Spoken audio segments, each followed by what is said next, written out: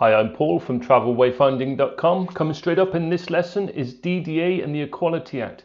So this is about access for people with disabilities and all types of users. Coming straight up.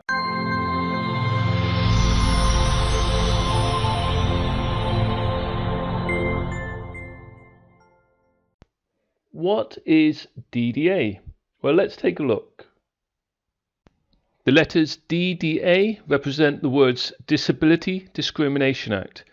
This is a UK law, a UK regulation, but there are similar laws in different countries around the world. So if you're not based in the UK, there's probably a similar law in your country, or there may or may not be. But in the UK, this act came into being in 1995.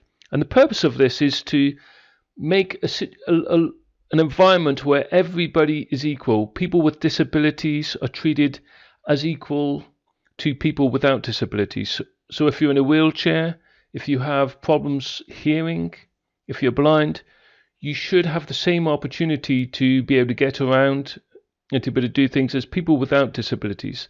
So this act in 1995 was created and aimed at balancing the playing field for people with disabilities. The 1995 DDA Act, though, has been superseded by the Equality Act 2010, at least in the UK. And this act really aims to paint a much bigger picture of the people, to encompass a much greater variety of people who should be treated equally. Basically, everybody should be treated equally. So in addition to disabled people, we have the elderly, for example, and they may have problems to get around, and we want everybody to have an equal opportunity. Elderly people have a right to be able to get from A to B just the same as an able-bodied person. So we want to make it as easy as possible for everyone and to provide for everybody. That includes as well in this act, when we talk about equality, a parent, for example, with a pushchair and children in tow. We want everybody to have the chance to have good mobility, to be treated equally. That does, of course, include the fit and able-bodied as well. So this Equality Act really covers a much broader range of people, as in everybody. And even though we have this 2010 Act, a lot of people still refer to DDA when talking about accessible environments. And that's why I've called this training program a DDA training program, because that's the term that people are used to.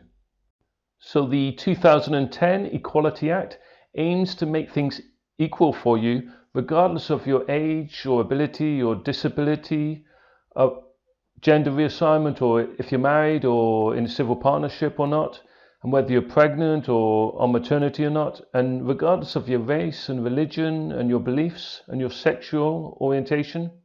This act tries to make things more equal for everyone. So what does the term disability or disabled actually mean? And I think it's worth discussing this because these terms come up quite a bit when we talk about DDA. So what is a disability? Well, I'm going to take a definition from the government, from the UK government, and they say in the Equality Act 2010 that it refers to a person who, for the purposes of the Act, has a physical or mental impairment, and that the impairment has a substantial and long-term adverse effect on their ability to carry out normal day-to-day activities. They also go on to mention that some conditions are excluded, and some examples are the addiction to alcohol or other non-prescribed drugs, and also people who have problems with antisocial behavior, such as kleptomania, compulsive fire starting, exhibitionism, voyeurism. So these would not come under the term disability. But going by that first definition, that's really what the meaning is in relation to the 2010 Act. Well, I hope this very brief video on DDA, and it's just a very brief introduction, was helpful there on that PowerPoint. You can go to the training program where there's a lot more videos on DDA and the Equality Act in relation to wayfinding. So it's on TravelWayfinding.com. You can go straight to the site and just click on courses at the top. Please subscribe to this channel. Thank you again. Thank you for visiting. Thank you very much. Cheers. See you soon.